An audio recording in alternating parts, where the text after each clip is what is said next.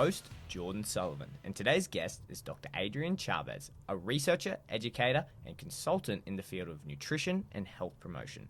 Dr. Chavez holds a PhD in nutrition and health promotion with prior training in exercise science and has worked extensively in developing lifestyle-based, science-backed interventions to improve his clients' and audience's health and well-being.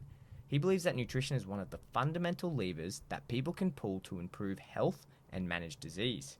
Through his work, he has guided over 1,000 clients towards better health with a focus on metabolic, cardiovascular, and digestive health while helping people cut through the noise of misleading diet trends through his popular podcast, the Nutrition Science Podcast.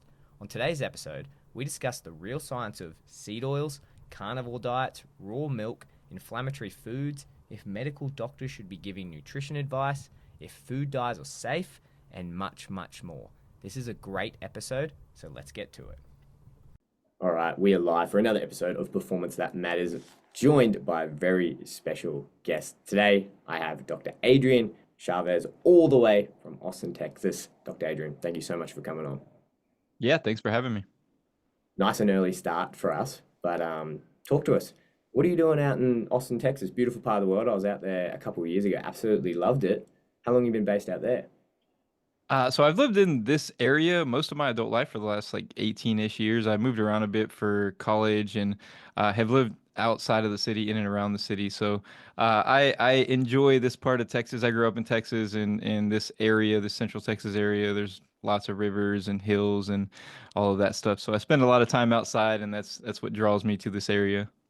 Yeah, absolutely. Anyone that follows you on Instagram, I like to think of you as the absolute authority when it comes to nutrition and exercise, the myth-busting king. And I want to talk about that a lot today. But first, let's wind back. What got you into this field? It's a very interesting field to get into, but what got you into it? You've got a master's degree in exercise science, a PhD in nutrition and health promotion. What started this journey for you? Yeah, so it started really. I played basketball in high school and it got pretty good at basketball. And I realized, I think it was that point in my life that I realized through that process that I could change the way that my body works, and that was pretty fascinating to me. So that's where the bachelor's degree in exercise science and master's degree in exercise science came from. I was fascinated with performance and training, so I got into building a little bit of muscle afterwards, got into performance coaching, and from that side of things, was mainly interested in the exercise side and the nutrition component from how can we improve performance? Really, only that side of nutrition. And I was really interested in that topic. Got a bachelor's, master's degree.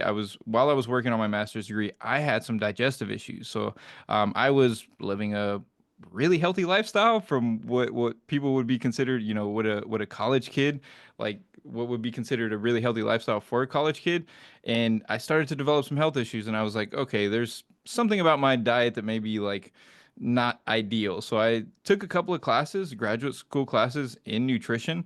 I just enrolled next semester. I'm like, you know what? I want to learn more about this. I had read a bunch of books and online articles and blogs and all that stuff, and didn't feel very confident in my knowledge at that point. So I took a couple classes and just was fascinated by the health side of things. So I always saw nutrition and exercise from a lens of performance and how to get better at sports, and I really still enjoy that side of it. But I saw the power of nutrition and training for improving people's health, actually reversing chronic health conditions. I had a digestive issue that was pretty, a big issue for me for a couple of months. Went to multiple doctors. They didn't really have any strategy for me to improve that, and changing my nutrition made it go away. And so for me, that was okay, I'm interested in it from an intellectual standpoint. I've seen the power of it in my own life, and that was what really drew me to wanting to go in and get a PhD in the topic. And let's talk about your PhD. So, nutrition and health promotion. Can you explain to us what does that mean? What does that comprise of? So during my PhD, my particular focus was on nutrition and exercise for metabolic and cardiovascular health. So the first couple of years, it was mainly focused on those molecular aspects of how do we actually improve these health components? How does exercise work to improve these things? How does nutrition work to improve these things? Kind of understanding all of the science behind it and the mechanisms.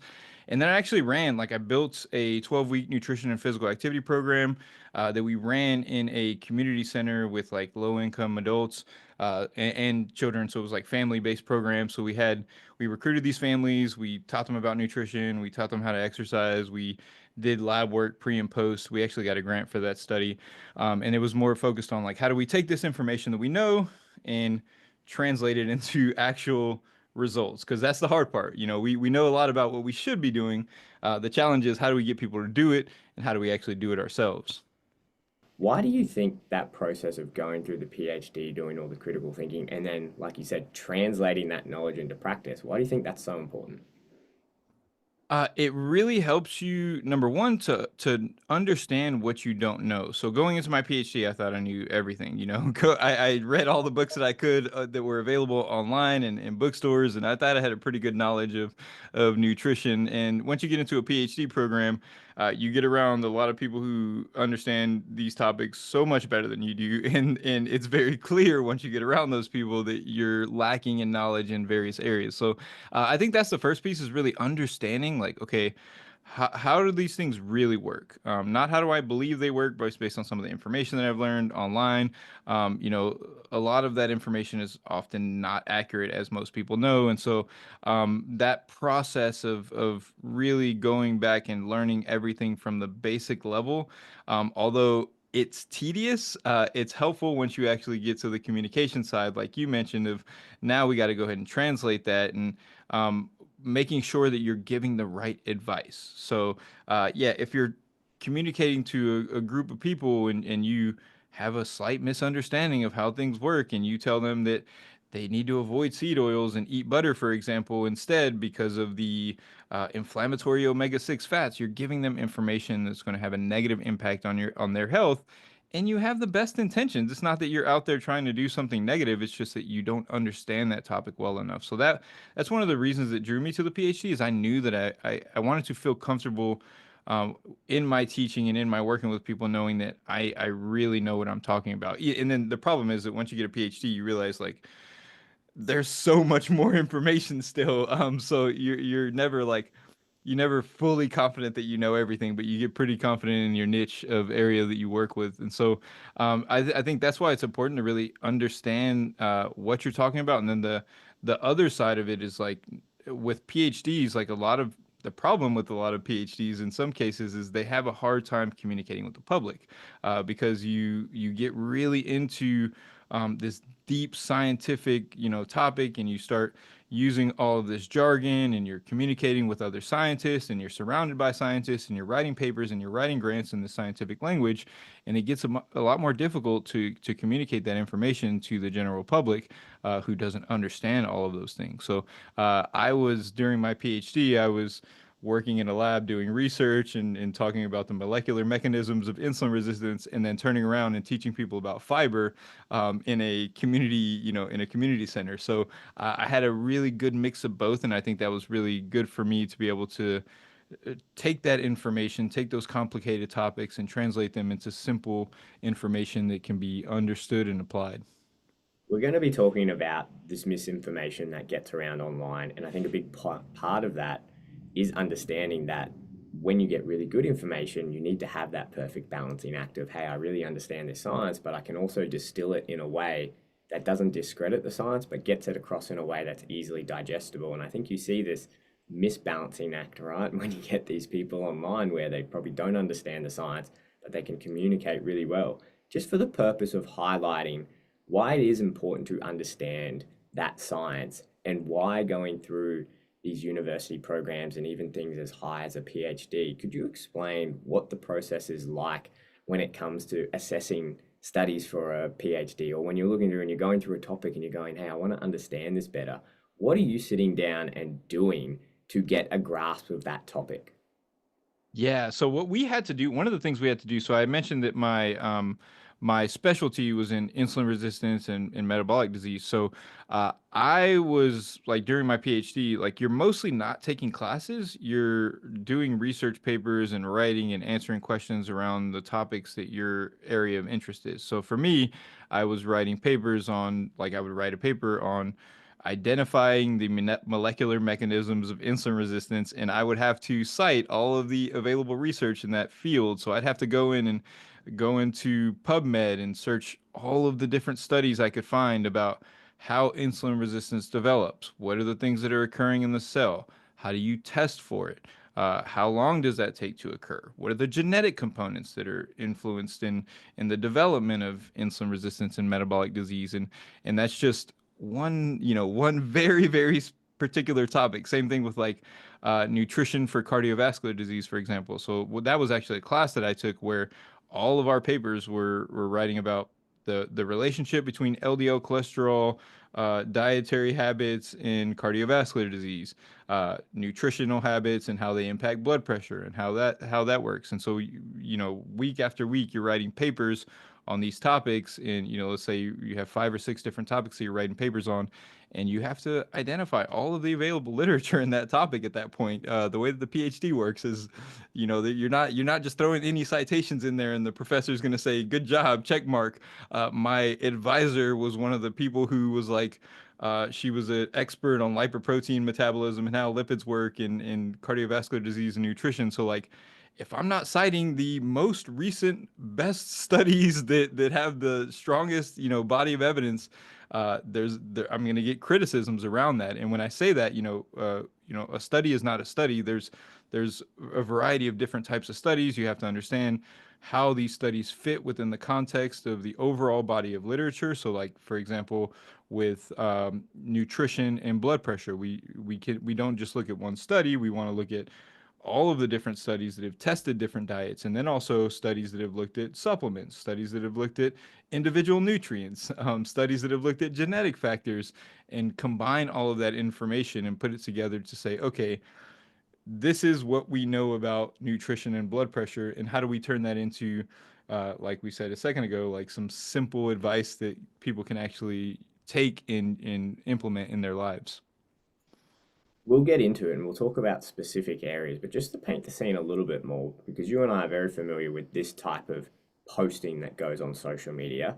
In saying that, you're saying there's a lot of rigorous research that goes into it. When you want to talk about a topic, you've got to look through a lot of research, and it's not just taking 1 or 2 studies and going, okay, this supports this, let's throw it out there. You've got to then look at that study, what's the quality of this study, and how does it fit in?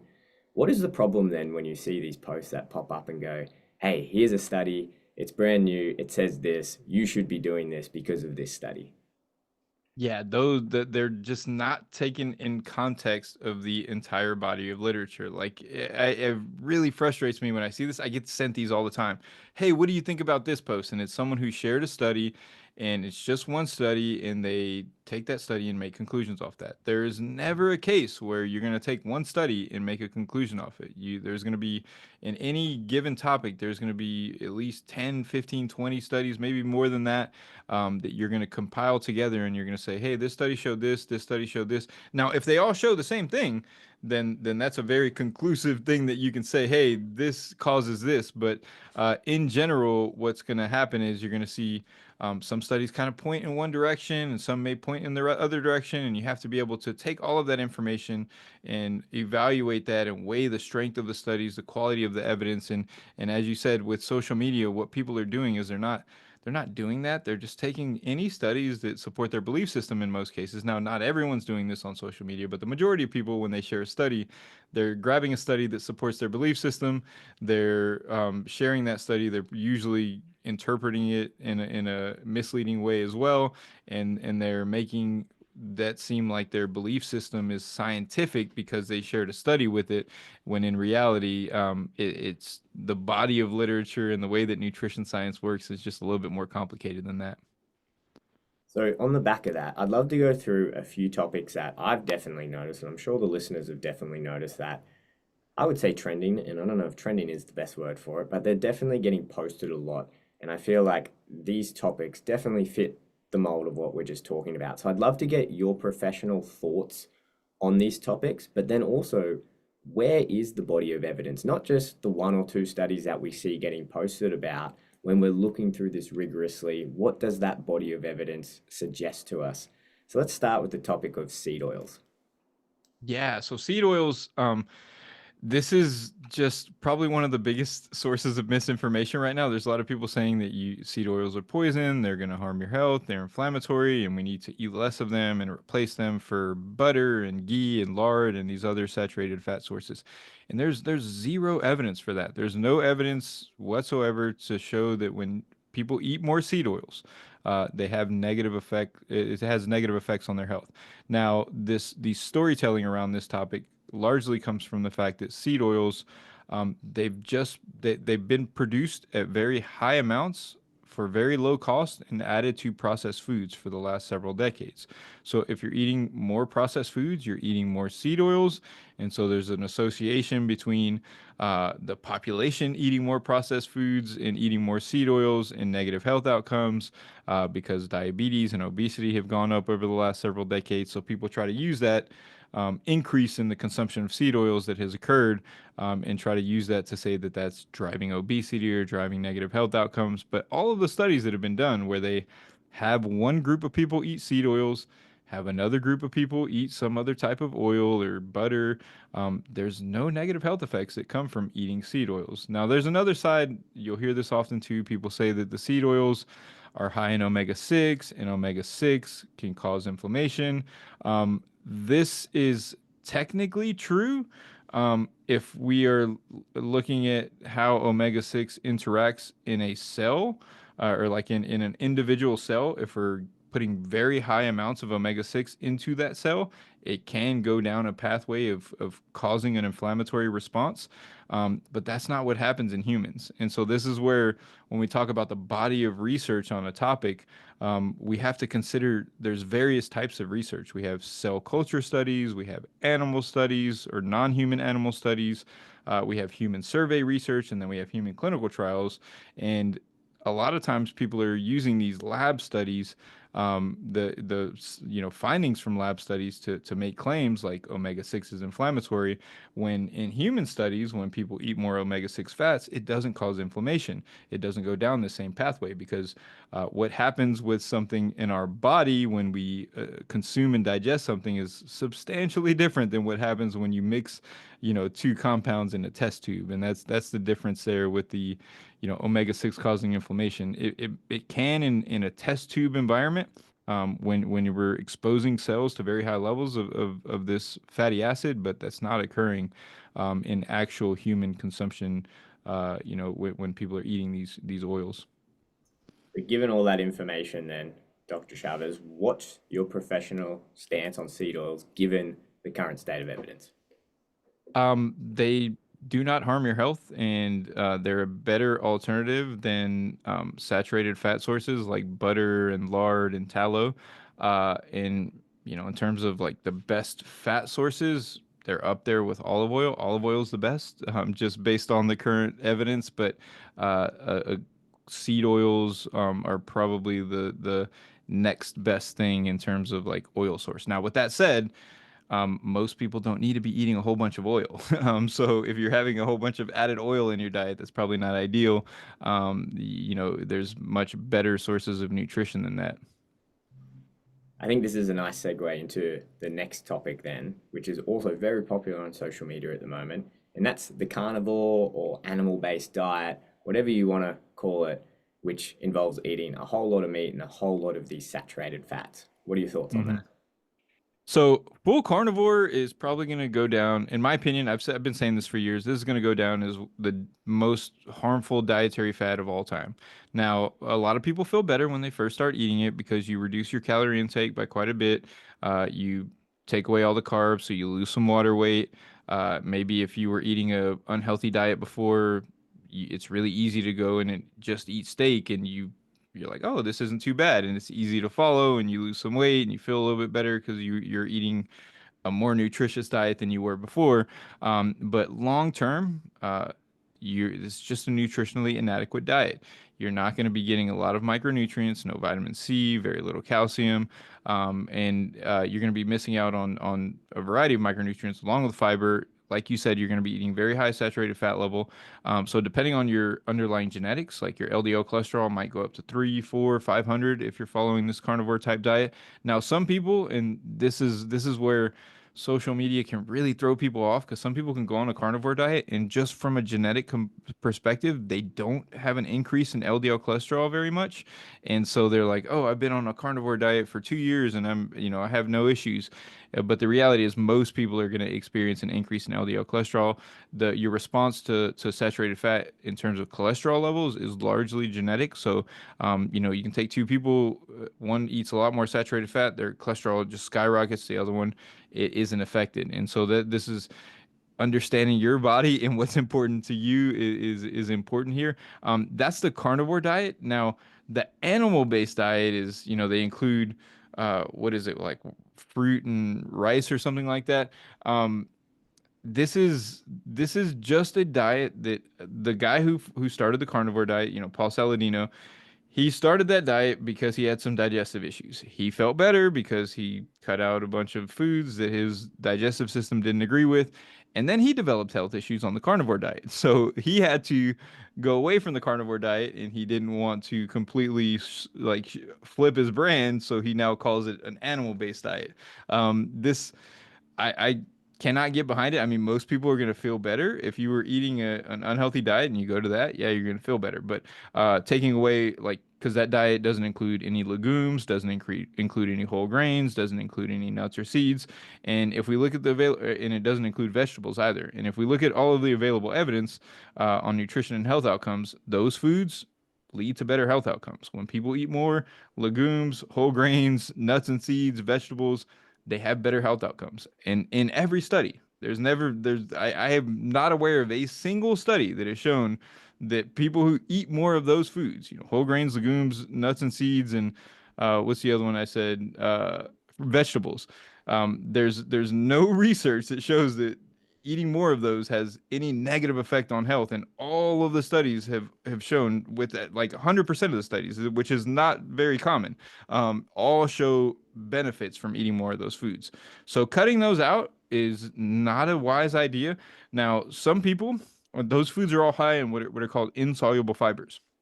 And some people who have inflammatory bowel disease or other inflammatory digestive issues sometimes feel better with reducing their consumption of these insoluble fibers and also other types of fibers as well.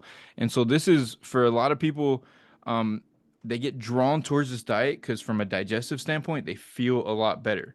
But really learning about fiber and learning what insoluble fibers are and soluble fibers are and fermentable fibers and non-fermentable fibers is going to be so much more beneficial than just cutting everything out. So like learning more about the fibers and how your digestive system responds to it and building a diet around that, in my opinion, is better. Because I've seen a lot of these people who have they follow this diet, they feel better, and then they don't know what to do because they feel a lot better following it and they don't know why. And it's because of the change in the fiber types that you're eating in most cases. And I work with a lot of people with GI issues, and so this is mainly what we're focusing on is how many like can we reduce your consumption of insoluble fibers? Are you eating too many FODMAPs? Like fiber consumption and the types of fiber that you're eating definitely do matter. And I think the carnivore diet is reducing these fibers that are aggravating to digestive issues, and they don't even realize it. Like the guy who started that's why he feels better is because he's reducing those things.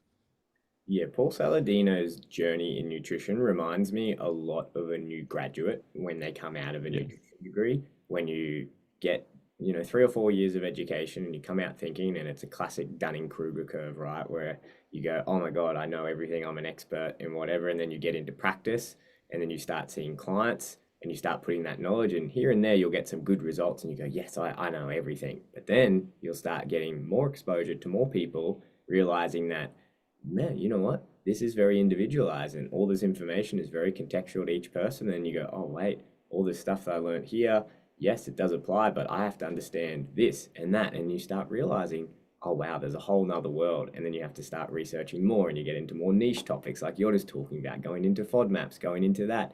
I feel like watching Paul's journey was very much going into that, thinking, oh, yes, I know everything, having that realization that we all have a couple years out of university and go, oh crap, I don't know anything. and then doubling back down and going, oh man, and then coming back to it going, I know everything. And it's very interesting watching his journey come back where he's almost come full circle and going, you know what? You do need to include fruit. You do need to include some of these vegetables. You do need to include some of these nuts. And you go, oh wow, that's starkly different to what you were saying 4 or 5 years ago. And this is a question I want to ask you, Adrian, because I feel on social media, whenever we see someone with doctor in front of their name, whether it's from a PhD, whether it's a medical doctor, it warrants respect. In a lot of ways, it does. If you've gone through the rigor that I take a PhD or a medical degree, it does deserve respect. But as you've said, when you went through your PhD program, you looked at a very specific topic and you're around experts that were very specific experts in those niches. Do you find that there's a problem when we're getting these people on social media that are doctors, whether it's a PhD or a medical doctor, that then transfer over into the nutrition realm where that's where the basis of their expertise was not? And then we come over here and they say, you know what, Paul Saladino, for example, eat carnivore, cut out all the fruits, cut out all the vegetables, cut out all the nuts, all the whole grains, all the things that we know are good because of X, Y, and Z. And then I'll use my doctor accreditation to back that. Do you see that as problematic on the social media scene? Oh, for sure. It is definitely a problem on the social media scene. And as you mentioned, expertise is very limited. And it's really easy to think that someone, because they have a PhD in biochemistry, for example, or neuroscience, should be able to, communicate well on nutrition. Like that. I feel like a lot of the general population, if someone has a PhD or an MD, even chiropractors, who don't have any background in nutrition whatsoever, or in a lot of like very little background in a lot of this health stuff overall. But they, it's when you see that doctor in front of the name, it makes a lot of people immediately believe that. And as you mentioned, even within crossing over, like MDs crossing over to nutrition, but it would even be inappropriate for me, for example, to start working with fighters, like, and that's within the same space. Like I have a PhD in nutrition, and there I would be completely unqualified to start going and working with. Now maybe if I spent a year like studying under you, then I'd probably be in a better place. But like that's an important thing. Is like the specialty and what someone's background is, and the research they've done is going to be very narrow if they really are an expert. Now if someone claims to be an expert in a variety of different topics, that's usually a red flag that they're more scratching the surface. And uh, it's really difficult for the average population to see through some of this stuff because,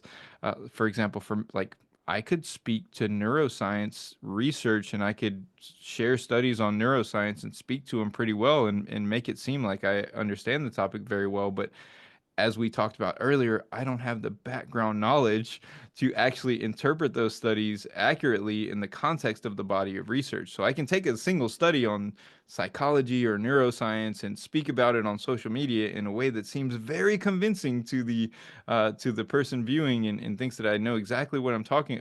I can make them think that I know exactly what I'm talking about, but um, I don't have that background body of knowledge, and that's where I'm not. I don't like to be a stickler on credentials, but when it comes to social media, and because it's so difficult to navigate that landscape, I think utilizing credentials as a criteria for who you're going to listen to can really help narrow down that field of people, because there's millions of people trying to give out advice about nutrition, and if you limit that to people who have an actual background and at least a master's degree, some research, a registered dietitian, that will ensure that the information that you're going to get is substantially more likely to be accurate.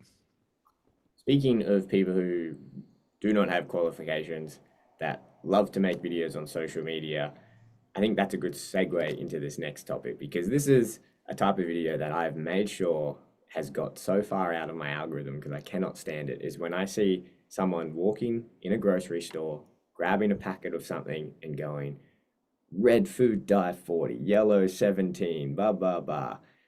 Where are we at with artificial food colorings and dyes. Where's the evidence with that, and what's your professional thoughts on it? There's pretty much no evidence that they cause any harm to us when we're eating them in normal doses that would come in food. Now, of course, I don't recommend eating a bunch of foods that have a lot of food dyes. I mean, these foods are generally highly processed.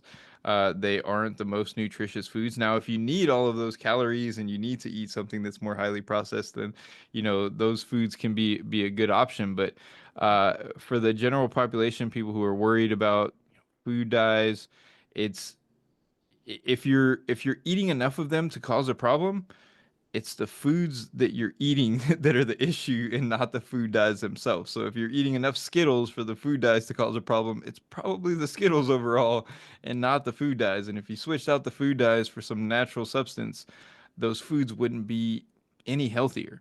And so all of the evidence that we have, so when it comes to food dyes, these things are tested in animal studies and they're tested at very high doses.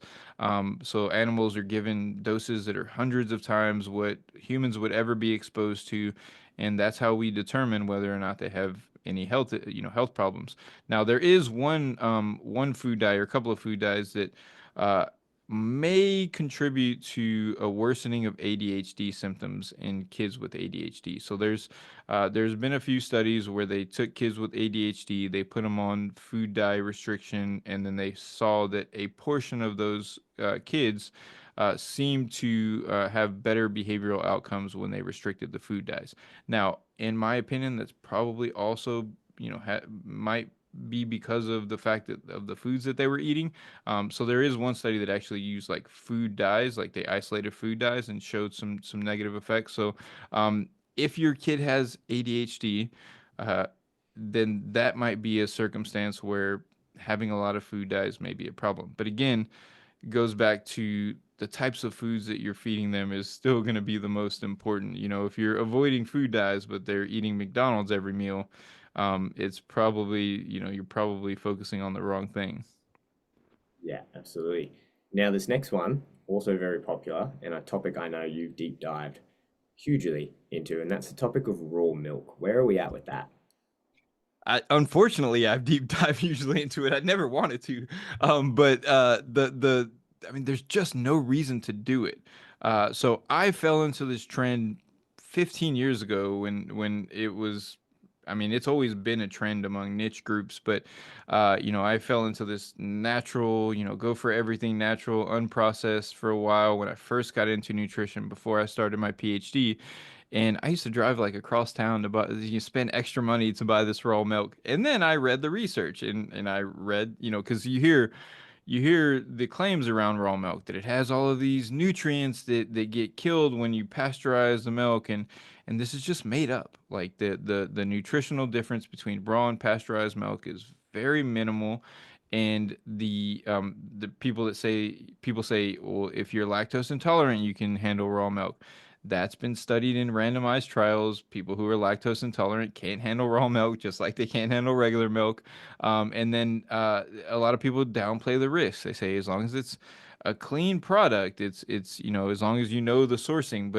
But the reality is you're still increasing your risk by a minimum of 50 times, like increasing your risk of foodborne illness by a minimum. Most studies show hundreds of times increased risk of foodborne illness. Now, does that mean that if you drink raw milk, you're going to get sick? Because the risk of getting foodborne illness from regular dairy is extremely low. But you don't want to increase your risk 100 times for no reason. Now, if you want to do that on an individual level because you think it's great and you enjoy raw milk, cool. But the problem I have is when people make these claims and are encouraging large groups of people to do it, because if you have thousands of people that go out and start drinking raw milk, somebody's going to get sick, and that somebody is going to be a kid. And it's because kids' immune systems are not fully developed. They're more likely to get sick from these pathogens that they're going to be taking in through milk. Kids tend to drink more milk. And so what happens is these adults who are following these nutrition fads are putting their kids at risk. Now, if you're an adult and you want to make that choice, cool. But my biggest problem and the reason that I've spoken out about it so much is because I know that there's a lot of adults who are jumping on this trend, getting their kid, giving it to their kids, and there's multiple cases in the United States of kids drinking raw milk and having to end up, ending up in the hospital with serious health issues, organ failure, and long-term health complications. And it's like, um, that's completely preventable. And some people say, oh, well, it's very rare. It doesn't happen that often. And it's like that's fine, but we have ways for that to not happen at all. So like let's go ahead and do that as opposed to putting our kids at risk for no reason. That's really the main reason I've spoken about it so much is because I know that kids are at risk for parents' crazy habits. Yeah, absolutely. That's quite scary. Last topic that we're going to go over before I've got some final questions for you, Doctor. Inflammatory foods or an anti-inflammation diet. What are your thoughts on that, and where's the evidence sitting? Yeah, so this term inflammatory foods isn't really an accurate way to describe foods. Like a food doesn't necessarily cause inflammation or don't cause inflammation. Like our body, inflammation is our body's response. It's our immune system's response to any type of injury or damage, or it even occurs as a result of metabolism. So anytime we eat something, there's a little bit of inflammation that's occurring just from the metabolism of that food. Now, some foods can cause higher levels of inflammation in some people, but that's going to completely depend on the person. So, like, for example, I can eat gluten just fine, but someone with celiac disease cannot, and they're going to experience a serious inflammatory response if they have gluten. That goes for every protein in every food. Now, the reactions that people experience aren't as severe as the reactions that we see with gluten among people who have celiac disease. But for example, people are sensitive to milk, nuts, shellfish, fish, and those can contribute to like inflammatory responses in certain people. And so when we think about like inflammatory in relation to foods, it's going to depend on the person and it's going to depend on a variety of factors, not just that individual food, but how much they ate at that meal, how much they eat in their overall day, whether or not they're obese or not. Like there's a variety of different factors that go into whether or not a food is quote unquote inflammatory. So this word, it's used on social media a lot because when we use inflammatory words, they get attention. So if I use poison or inflammation or toxic, like these words gain attention, and so people can put these lists together of like 12 inflammatory foods to never eat, and you can go viral just by putting a list together of made up foods. There's no way to truly uh, classify a food as inflammatory or not. Now, on the other end, when you say anti-inflammatory diet, um, now that has a little bit more weight to it because we're talking about the overall diet.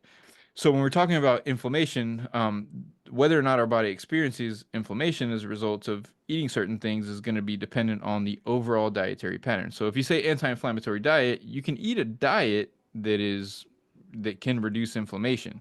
Now that's going to be different from person to person again, but there are certain components of a diet that can help to reduce inflammation. Eating less calories, eating more micronutrients. These things can reduce inflammatory levels in the body. And so from that perspective, I think it's a little bit more accurate to use that terminology like anti-inflammatory diet. And you can say like that diet is more inflammatory if you're looking at like overall dietary patterns. But with individual foods, it's just so variable that using that classification to define foods isn't ever going to be accurate. Absolutely. To wrap this up, there's a quote I want to share with you, and I want to get your thoughts on this. And the quote goes, "It's very hard to make money telling the truth." What are your thoughts on that? Yes, I mean, I could make a lot more money if I was misleading about things for sure. I mean, when I first got online, so I did a PhD, I was an academic, communicating online and getting on Instagram and all of that was so foreign to me. So I signed up for this program that was like, how to get your message out and market, and there was a lot of naturopaths and chiropractors in there, but it was a guy who wrote a New York Times best-selling book. He seemed to know what he was talking about.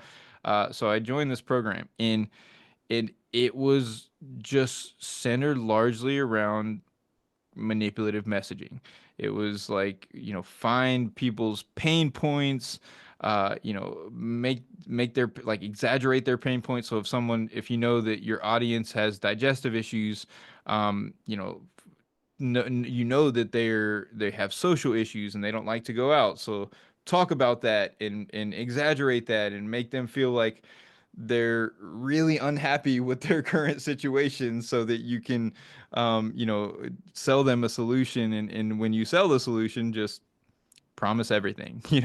Promise that you can heal it, show the testimonials of the people who did better, and completely ignore the people who don't do better, because that's how it works. Like, some people are gonna get a lot better, some people aren't.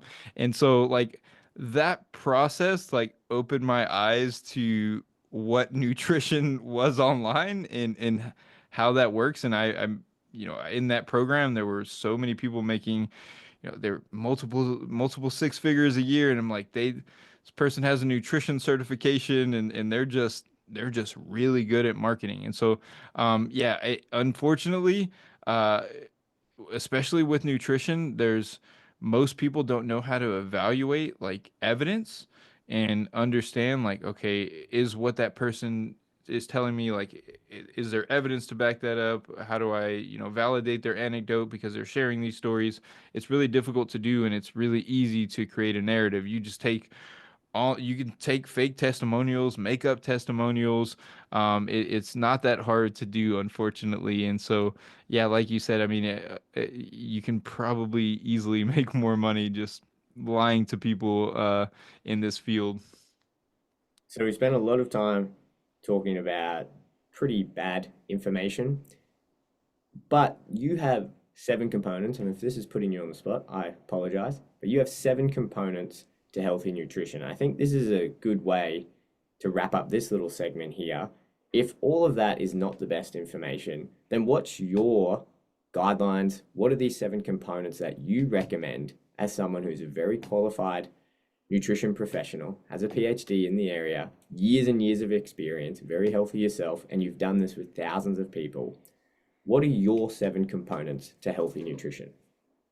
Yeah, definitely. I'm glad you asked this, because I don't like, I mean, the negative stuff is there, but I do prefer to actually talk about what we need to be doing. So, yeah, when it comes to nutrition, we're like a car. We have certain nutritional needs. And so, those seven components are kind of taking into account, like, okay, what are your nutritional needs? So we have to start with, how much energy does your body need? Like, that's the most important thing, number one. Now, I know a lot of people don't like to hear that, but like, your body has certain energy needs. If you overeat consistently, you're going to gain weight. That's going to negatively affect your metabolic health. If you undereat consistently, that's going to lead to frailty. It's going to lead to muscle loss, bone loss, maybe hormonal issues. And so we need to be eating the right amount of calories. The next thing is, like, we need to be eating the right amount of macronutrients. Now, specifically protein, that's the most important one, because it provides the building blocks for pretty much everything in our body. But we need enough fat, and we need to make sure that we're, balancing our macronutrient intake so that it helps keep us full, it helps keep us satiated, it helps get us enough fiber in our diet, and we're not like under eating fat, and we're getting all of our essential nutrients.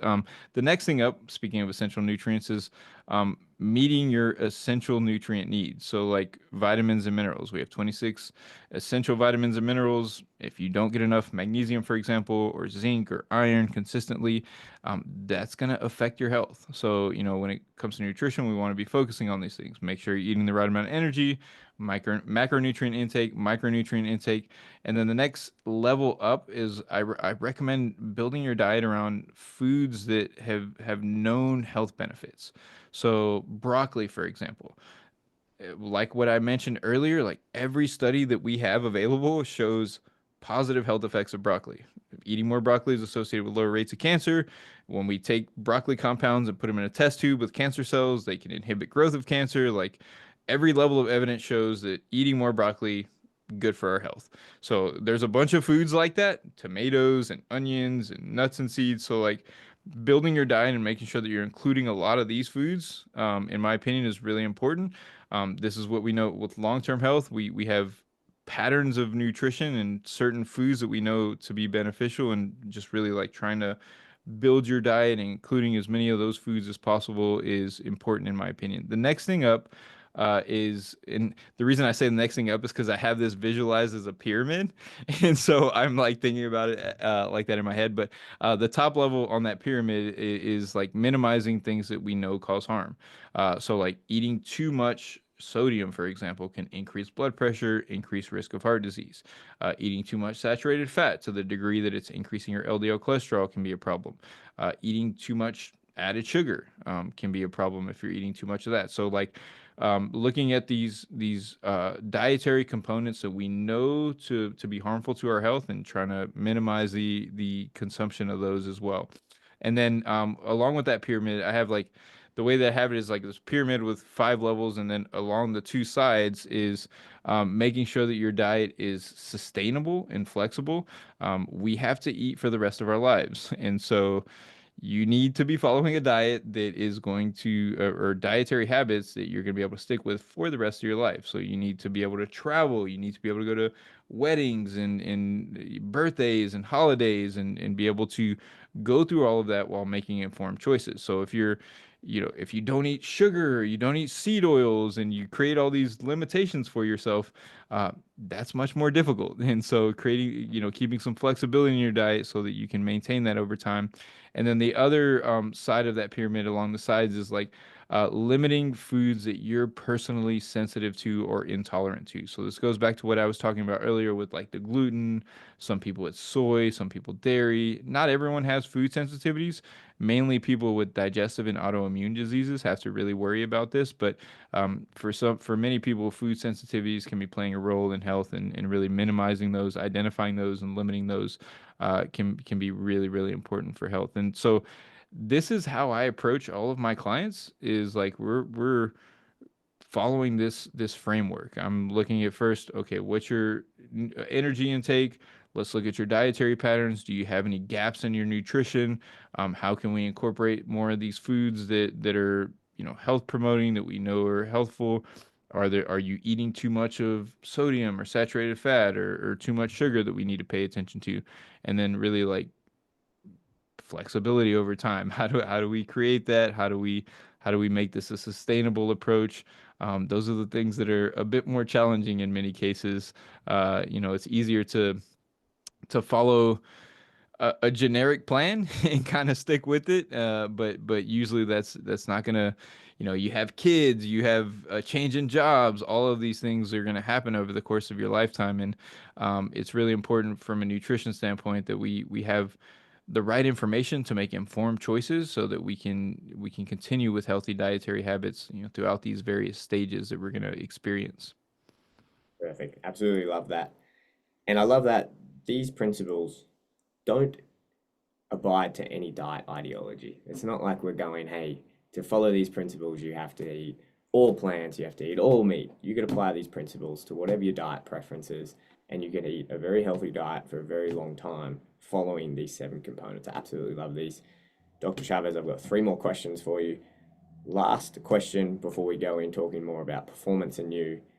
What are your top tips for people to better navigate this misinformation online?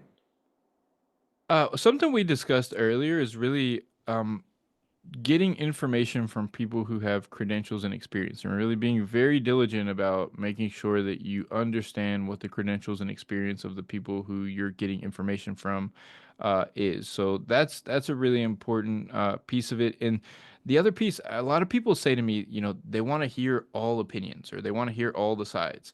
And I would encourage people not to try to hear, too many different perspectives.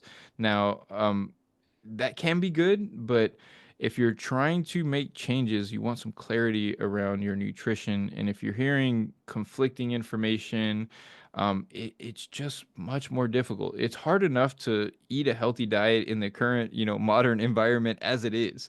And it gets a lot harder when you're confused about what to actually do. So one of the things that I recommend a lot of people do is limit your information sources. Find a couple of good sources in the very specific topics that you're interested in. So, for example, for performance nutrition, find a couple of people that you really trust, that you resonate with, and just stick with that. You don't have to continue to explore new people. I used to make this mistake. I would try to learn from every single person, and I read books on people who I'm like, oh, well, maybe they have a slightly different perspective. And what you come to realize is, yes, they probably do, but then a lot of it is marketing, and a lot of it is just misleading information, and it's really hard to reconcile and make informed choices that you're confident with when you have all of these conflicting opinions in your head. Yeah, absolutely. Now, last two questions that we ask everyone that come into the podcast. First question might throw you a little bit, but the reason I asked this is I was out running with a very good friend of mine, and he's a fighter jet pilot. And when he asked this question, it really made me step back and go, oh, wow, that's really, really interesting. I've never really thought about it and had to explain it. So take your time with it. But broadly speaking, how do you define performance? So depends on if we're talking about life or fitness. So I think I would have performance, two buckets for performance. Life is, being able to get up every day, have the energy and clarity of mind and sharpness and, focus to be able to go throughout my day. So that's kind of how I would define it from a life-based perspective. From a fitness perspective, I look at, I approach my fitness, I kind of train myself like an athlete, and I look at it like I want to be strong, fast, athletic, and mobile, like be able to move without pain and move in a variety of different ways and be, have agility. And so from that perspective, like my performance is around all of those metrics, like when it comes to fitness, and I really focus on that. I think I approach it much more differently than, I mean, I know in your space everyone's focusing on performance from that aspect, but how I've trained most of my life, I'm like I want to jump high, I want to run fast, I want to be strong, and I want to have some endurance. And so I just build my routine around that, and that's where my focus is there. But yeah, I think there's two buckets there, and they feed into one another. I feel like when you perform really well with exercise and athletics and in sport, when you train your body to do that, in my opinion, that's the best way to train for longevity and healthy aging is to train like an athlete. And so, that's the kind of way that I approach it. And last one, do you have any performance goals that you're working towards right now in your life? So from a fitness perspective, so I'm about to be 38, and I can dunk a basketball right now still, which is like that's been one of my goals. Like every year, I try to like make sure I can still dunk a basketball on my birthday, and I'm there already right now, a couple of months before my birthday. So, I'm like, I wonder if I can jump 2 to 3 more inches higher over the next couple of months. So, I will be working on that loosely. I don't try to set fitness goals too heavily for myself because I will injure myself. Like if I'm like I'm gonna jump 3 more inches in 3 months, I will definitely train to do that and I will hurt myself. So I try to like keep my goals a little bit loose and see how my body feels. But that's kind of the main thing from a fitness perspective I'm working on right now is like I want to see if I can jump a little bit higher at 38 years old, which is difficult. Yeah. Jump really high, stay injury free. I really like that. Now, Dr. Adrian Chavez, appreciate you coming on, but there's going to be a lot of people listening to this and they go, man, I need Dr. Chavez in my life. I need to put those 7 components of health to action. What's the best way for them to get in contact with you, to work with you? And if they want to follow your work, where can they do that? Best place is Instagram. All of my links are going to be through my Instagram, so you can find that at Dr. Adrian Chavez. So if you just type that into the search bar, you'll find my page, And then I'd say the best place to learn from me is my podcast. So obviously, you guys like listening to podcasts. Podcasts offer the opportunity for more nuanced conversations. And I have a podcast called the Nutrition Science Podcast where I cover, usually we'll cover like one topic per episode and go into depth on that. And it's just probably definitely they're the most educational, free resource that I have out there. Absolutely. Absolutely love the podcast. Cannot recommend it enough to the listeners. But Dr. Adrian Chavez, thanks so much for taking the time, even though I dropped the ball and completely stuffed up the time. And I appreciate you being flexible. Thank you so much for that conversation.